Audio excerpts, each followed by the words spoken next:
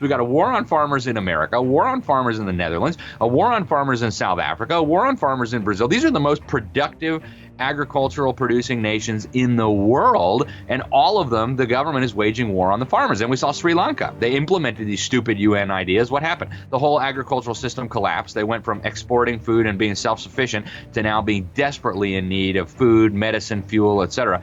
So all over the world, this is happening, Dunnigan, and it's not an accident. This is being coordinated at the highest levels.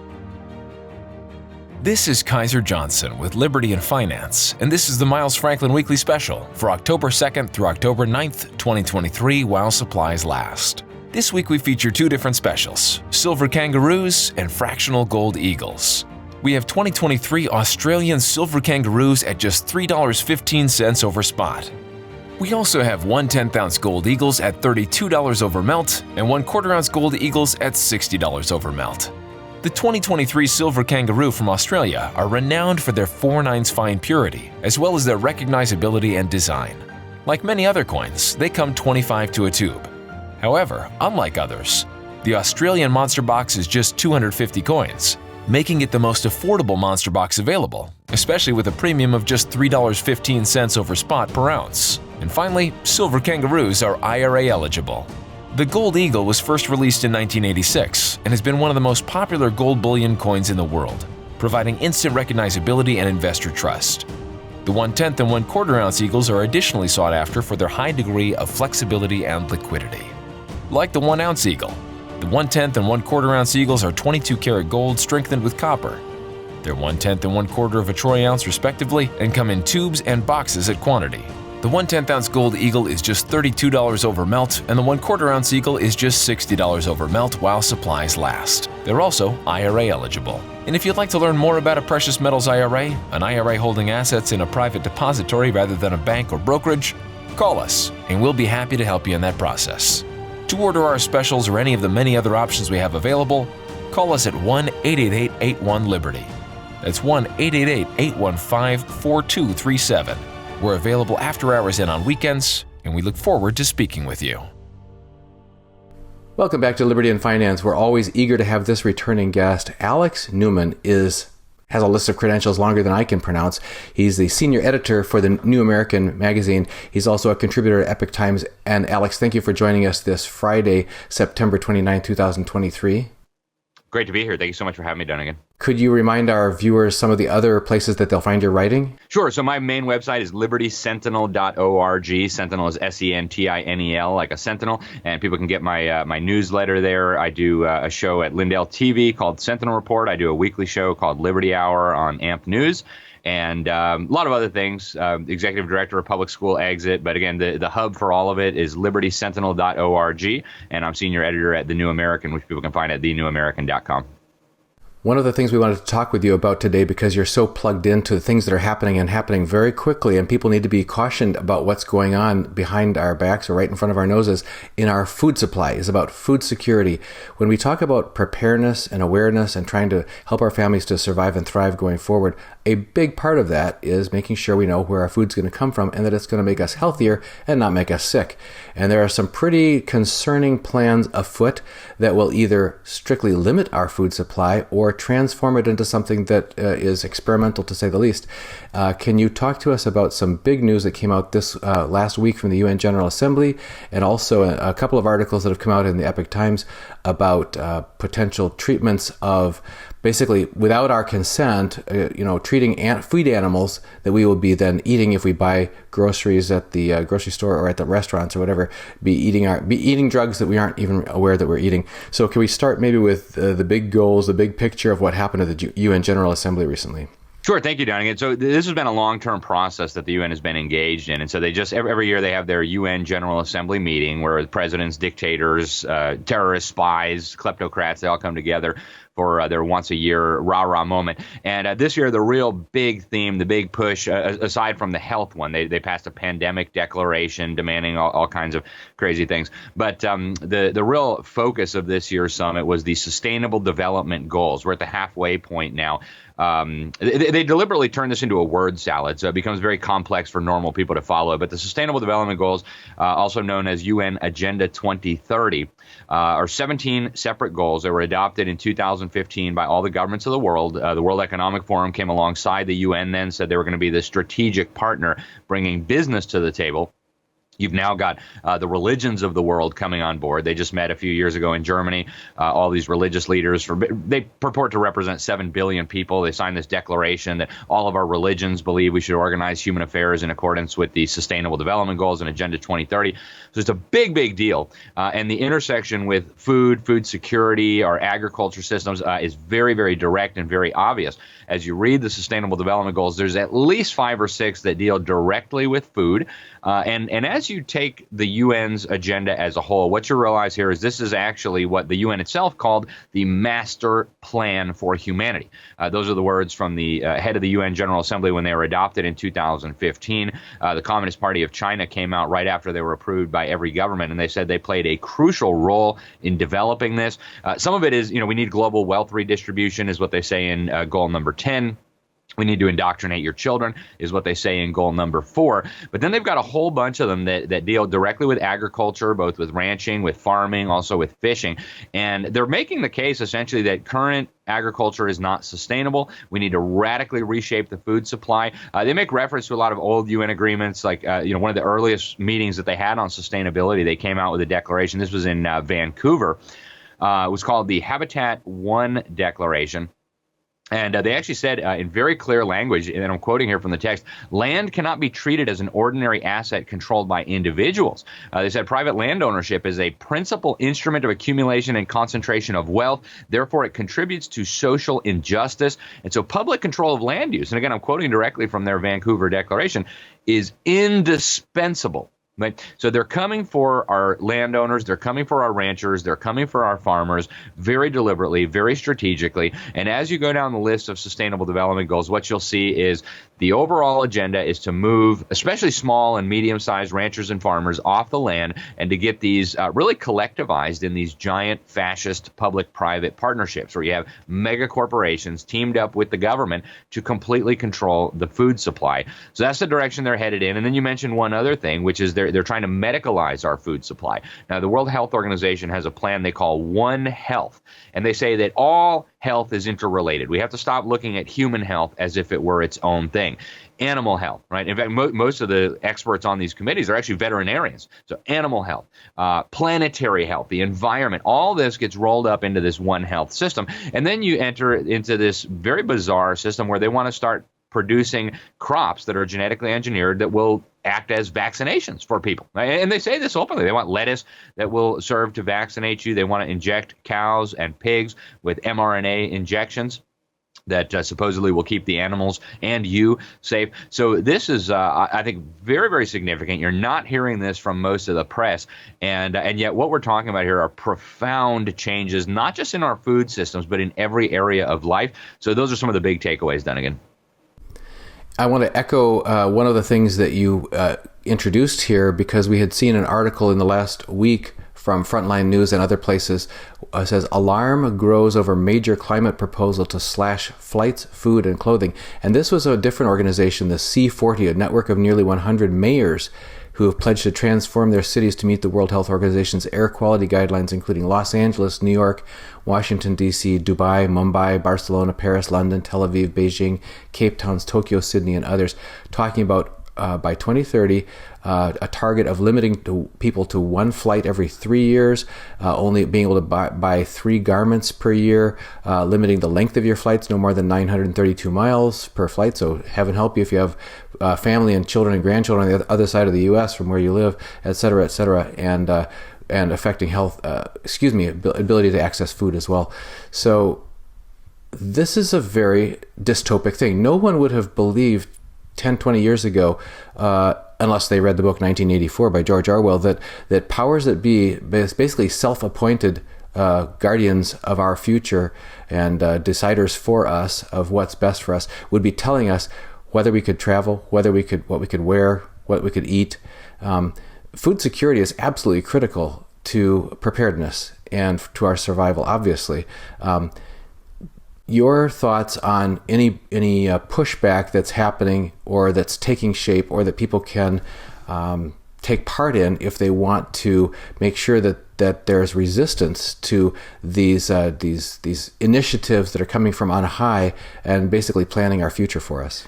Yeah, and I want to reiterate what you just kind of summed up there, Dunnigan. There is a war on our food supply, on our traditional food supply. And I first noticed this over a decade ago.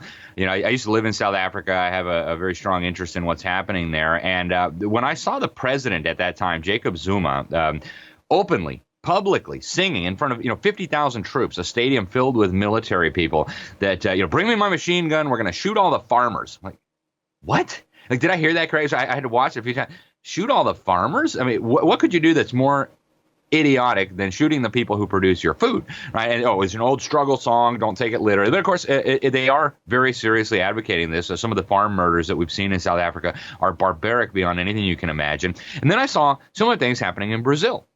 I used to live in Brazil, so I've got a strong interest in what happens in Brazil. I've got a strong network of contacts and sources. And I saw the government, under the leadership of Dilma Rousseff, a former communist terrorist who actually helped kidnap the U.S. ambassador back in the 1960s, clearing whole villages off of the map. I mean, they were literally ordering these villagers at gunpoint. They sent in troops, some of them wearing UN costumes, to hold these villagers at gunpoint and have them dismantle their little shacks, right, and dismantle their farms. What in the world? Hundreds of thousands of hectares of some of the most productive and fertile agricultural land in the world, whole villages being wiped off the map. And the official excuse from the government was, we're going to give that land back to Indians who lived there, before the Portuguese arrived, 600 years ago. Like, oh, okay, that's interesting. So somebody gave me the contact information for the Xavante Indians who were supposedly going to be receiving this land. And I call them up and say, hey guys, the FUNAI, the government agency that deals with Indians, says you guys are going to get all this land back. I say, oh, that's just a lie. That's not our land. That never has been our land. They said we're Indians of the Floresta, not the Cerrado. So we're Indians of the jungle, not the kind of the savanna area, the grasslands where all these farms were. So he said, that's a lie. The government's just making that up. They're not giving us that land. That's not our land. We don't want that land. That was interesting. So you got South Africa, you got Brazil. Of course, we all knew what was happening in America. They're terrorizing the Bundy family. There have been 50 plus cattle ranches in that region of Nevada. The last one standing was Bundy. And of course, we saw what they tried to do to them, right? There's a desert gopher, tortoise, or whatever, you got to pay more fees. They literally were evicting all of these ranchers from their land. And this is happening all over the country. Oh, there's a spotted owl on your farm. There's a pond. You can't do that. The EPA, whatever agency, will come in and shut down your farm, bankrupt your farmers. So this was happening in America. Then in China, 2013, the government put out an order saying all these little farmers, all these little peasant farmers whose families have been on the land for centuries, you got to go. Right? We built apartments for you in the cities. The government's going to, in China, they didn't even need an excuse. They just said, get off the land or we'll kill you. Right? And don't worry, we built you a nice little apartment. So hundreds of millions of farmers being evicted off their land in China. So all over the world, this is happening. Then more recently, we saw what was happening in Holland under the guise of nitrogen. We're going to shut down, between a third and a half of all the production in the Netherlands. The Netherlands is the second largest exporter of agricultural goods by value in the world after the United States. So we got a war on farmers in America, a war on farmers in the Netherlands, a war on farmers in South Africa, a war on farmers in Brazil. These are the most productive agricultural producing nations in the world, and all of them, the government is waging war on the farmers. And we saw Sri Lanka. They implemented these stupid UN ideas. What happened? The whole agricultural system collapsed. They went from exporting food and being self-sufficient to now being desperately in need of food, medicine, fuel, etc. So all over the world, this is happening, Dunnigan, and it's not an accident. This is being coordinated at the highest levels. And if you look, the Rockefeller Foundation, the very, very powerful institutions behind the scenes, the UN, the World Economic Forum, they're telling you what they're doing. They want to totally reshape the food system. And they say it's in the interest of sustainability. They say it's in the interest of nutrition. Nothing could be further from the truth. Not eating is not sustainable. And then just in the last few months, we've seen John Kerry, the Biden administration's climate czar, running around the world whining about how, I forget the exact number, I think 33% of all the emissions are coming from agriculture. Yeah, and as Roman said, who just did this great new documentary at the Epic Times, No Farmers, No Food, 100% of our food comes from our agriculture. So this is a very problematic ideology. These are people who openly say they believe there's too many people on the planet. They do not have your best interests at heart. And if they get their way, you will be eating bugs. And that sounds ridiculous, but back in 2013, over a decade ago, I got a report from the UN Food and Agriculture Organization, and the guy who sent it to me, he was a UN insider. He said, Alex, this is important. You need to be paying attention to this. So I read the report, and they actually say, hey, we've got to convince those Western people to eat bugs. Bugs are more sustainable than meat, than chicken, than fish. We need these people to eat bugs. How are we going to do it? Because they don't want to eat bugs. Well, they actually outline the process there. We're going to brainwash their kids in the public school system to believe that eating bugs is healthy, nutritious, and good for the planet. We're going to bombard these people with propaganda through the government broadcasters like the BBC, like NPR, like Corporation for Public Broadcasting. That's exactly what we're seeing now. And as we speak, Dunnigan, they're building the largest insect protein processing facility in the world outside of Decatur, Illinois. So this is coming at us like a freight train. The food crisis has already hit multiple countries around the world. It's going to get worse. Obviously, destroying agriculture in a country like the United States that is so unbelievably productive when it comes to food production is difficult. It takes time, but they're working overtime to try to do that under various pretexts, protecting species, protecting water, protecting the climate from emissions. So all these different excuses, but it's all excuses. It's about taking over the food supply and ultimately controlling the population. In addition to all that you mentioned, there was a rash document over the past couple of years of a spike in unfortunate accidents with no explanation and very little investigation of fires, explosions, and other mishaps at food processing plants all over the U.S., in addition to all of these concerted actions that are above board. There's been a remarkable amount of unexplained, unfortunate accidents happening at food processing plants all over the world. We speak with Joel Salatin from Polyface Farms. He's a teaching farmer who talks about the fragility of an overly concentrated food supply, just like a fragility of any complex society. Steve St. Angelo from the SRS Rocco report has been on talking about how great empires in the past, when their supply lines got too long and the structure of their systems became too vertical and too concentrated, that there's a natural law that, chaos, eventually you'll have a breakdown of one part or another in that, and then the whole thing comes tumbling down because it's just in time only works when everything shows up just in time. And so the one of the remedies that's been suggested for this is localized communities that have vibrant, self-growing, public community-supported agriculture, small processing facilities that are kind of a community scale that can support things, so you don't have these single points of failure of these long supply chains and that sort of thing. We've certainly noticed during the COVID lockdowns that when there were major disruptions in the global supply chain, that out-of-season fruits and vegetables, things we normally expected to show up looking nice and fresh and tasty and everything, were either not showing up at all, or when they showed up, they were spoiled and that sort of thing. So there seems to be some wisdom to this idea: know your farmer, know your food, farm to table, that sort of thing, or growing your own. But can you talk to us about what remedies people can take? First of all, are there ways within the current environment to push back against this, to resist, and to get those who we have placed as our representatives in government to not go along with this? Are there any success stories or models that we can follow? Yeah, and there's so much to say on this front. I would start with, the individual. To the largest extent possible, try to wean yourself off the big corporatized food systems, if you will. Stop doing your shopping at Walmart. Stop doing your shopping at these mega grocery store chains, and get to know your local farmers. Go to your local farmer markets. We here where I live, we buy most of our meat, most of our produce, and most of our milk, our dairy, our yogurt, our butter, our cheese. We're getting this from local farmers who live right here in our county, who are friends of ours, who we know they treat their animals well. We know they're not injecting them with weird stuff. So we know our farmers. And yeah, we pay a little bit more than we would at the local grocery store for the nasty, corporatized, mechanized fake food. But we know our farmers. We're supporting our local community. We know our food is healthy and good for us. We know it's natural. So I would highly encourage people to do that. Depending on where you live in the country, there is almost certainly a local farmers market. Go there, get to know your local producers. Of course, the federal government tries to put up as many obstacles to this as they can. We've now seen them unbelievable SWAT raids on Amish farmers who are, trying to sell milk to their neighbor. I mean, this kind of stuff is beyond 1984. It's absolutely outrageous and grotesque. Thankfully, there are some efforts in Congress right now to defund these war on farmer initiatives. So I think those things are important. Get to know your local farmers, support your local producers, and make sure you're getting local, healthy food. At the state level, I think there's a lot we can and must do as well. And you mentioned also growing your own food. I have some of my own cattle. I have some of my own fruit orchard. I got a nice fruit orchard close to here. We've turned even our residential property where we live full time covered with food producing trees, plants, etc. We threw sweet potatoes out back. We got sweet potatoes growing all over the place. A lot of our neighbors have chickens. Ours got eaten by a possum, so we don't have chickens right now. But it's great to, and especially if you have kids, it's a great thing for kids to be able to work with producing food, learn these things, have useful chores to do.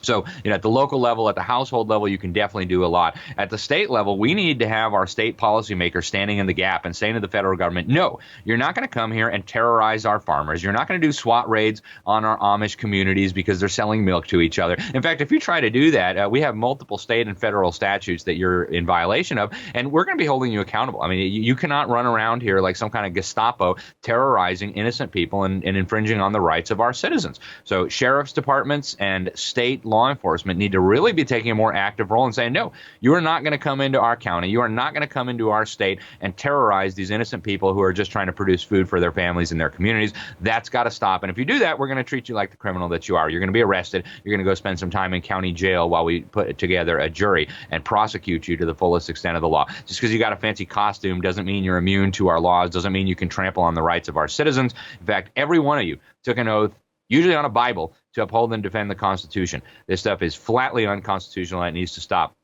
We also need our states to start passing laws to protect us. Florida has been a pioneer in this regard. We saw it during the last few years of craziness, right? OSHA came out with a mandate. They said, a $7,000 fine if any employee of a company that with more than 100 people wouldn't take the thing. Well, our state here in Florida, we passed a law that said any company that fires a worker for not having the thing that they were supposed to have, they're going to pay a fine 10 times that size to our state government. And guess what? People in this state did not get fired for refusing to participate in this madness. We need states to start doing stuff like that. I just interviewed pretty recently a state representative who's got a bill in South Carolina to nullify the World Health Organization. And he says no directive, policy, law, statute, regulation coming out of the World Health Organization will be enforced in this state. No state or local government employee or resource will be used to facilitate the enforcement of any of these things. And so states can do a lot to protect their people. You will not be shutting down our farms in this state. You will not be shutting down our power plants. We've got to have our states interposing. This is exactly what Thomas Jefferson and James Madison said was the rightful remedy to an out-of-control federal government. Those are their terms, right? In the Virginia and the Kentucky resolutions, they said the rightful remedy to unconstitutional usurpations of power by the federal government was for the state government to interpose and refuse to cooperate, refuse to participate in this lawlessness. We must do that again. And the Supreme Court has consistently upheld this. I mean, even back in the mid-1800s, they were doing this. The federal government passed the Fugitive Slave Act, purporting to require that states and individuals help catch fugitive slaves and return them to their masters. Well, Wisconsin and I think a dozen of the northern states said, no, we're not going to be helping you catch people and treat them as slaves. That's ridiculous. So we need a restoration. And, liberals have gotten pretty good at this, right? The federal government, they have a federal statute on the books where marijuana is completely illegal in all cases. It's a Schedule I drug. There's no excuse whatsoever under which you can smoke marijuana. And the liberal states said, okay, that's nice. We're going to be smoking marijuana here until our hearts are content. They passed legislation nullifying those federal statutes. Whether you want to smoke marijuana or not, that's probably not a good decision. But the point is, all of these states have openly and flagrantly defied the federal government. They decriminalized, they ended prohibition on marijuana, and even conservative states have done this now for medical marijuana. So if the liberal states can do it for marijuana, why can the conservative states not do it to protect our farmers? Why can the conservative states not do it to protect our Constitution? This is very, very simple stuff. And again, states can do a lot to protect their citizens, their farmers, their agricultural production from this growing lawlessness coming out of Washington, D.C. One more thing that's a little off track of what we've been talking about, but it's related, is as long as you're going to go to your local farmers or your local farmers market, you might want to take along some real constitutional money. Something that sounds like this. I love it. Because we did a little random survey at our farmers market, and the first person we asked, when I said, would you take silver, they didn't know what I was talking about. They looked at me like I had two heads. Next person, his eyes just lit up. He said, oh yeah, sure. So you may find a very receptive, like-minded audience that would be happy to handle constitutional money in response for your purchases of Know Your Farmer, Know Your Food, healthy food for your family. Very concerning. A lot of things are all happening at once. People can easily feel overwhelmed by these big movements that are happening. Not just, you mentioned the federal level and how that's been, we had our founding fathers talking about how to properly resist that. But this is happening, as you've pointed out to us several times, far beyond the federal level. There's these global organizations like the WHO that you mentioned and others that are bringing down. And then the local authorities sometimes hold up their hands in the last few years and say, well, we're just following guidelines. We're just following guidelines, as though that gets them off the hook. But as we understand from our Constitution, that doesn't get them off the hook. They're responsible to uphold the Constitution, and they're responsive to their constituents. So any final thoughts on what people can and should do to take care of their own family's safety and health and the security of their food supply before we wrap? Well, I'm glad you mentioned the gold and silver. It's kind of a separate issue, but it's intimately related, right? Right now, they're rolling out central bank digital currencies faster than any of us understand. In fact, 100 miles from where I'm sitting right now, the Bahamas has already introduced their own central bank digital currency. They call it the sand dollar. So that's already happened now. This is happening all over the world. The Bank for International Settlements says like 95% of the governments and central banks in the world are moving ahead with CBDCs. And eventually, they fully intend to eliminate cash. Actually, the Better Than Cash Alliance is headquartered at the UN Capital Development Fund. They've got the credit card processing companies, governments, the Bill and Melinda Gates Foundation, the Clinton Initiative. All these forces are coming together to ban cash.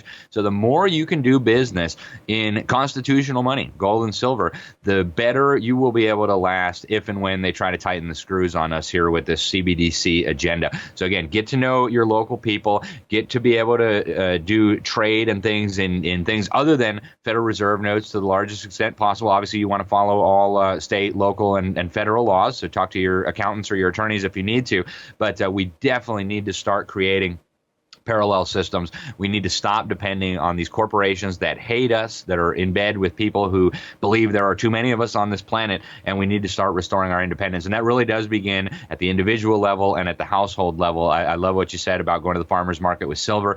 Excellent idea. I can't recommend it highly enough. And we really need to be conscious about this. Use cash as much as you can, and even better than that, use gold, silver. If you have something else you can offer a value, these are all very, very good tactics to try to resist at the individual level the onslaught that's coming against us. And at the state level, again, to tout Florida here, I know Florida best because this is where I am, we've passed a law banning CBDCs. So that's a good step. Obviously, it's like trying to stop a tsunami with a stick. It's not going to be effective at the global level to stop this stuff. But if we had 30 Republican states stand up and say, we're not going to do CBDCs, we're not going to let you wage war on our farmers, we're not going to let you mandate all sorts of health interventions and things like that because some crazy bureaucrat in Geneva said so, that would really be a giant obstacle to them. So once you've done what you can for yourself and for your family, get to work with your local sheriff, with your county commission, with your state government, your state senator, your state representative, your governor, and get a plan together, folks. We are facing a war on everything that we hold dear,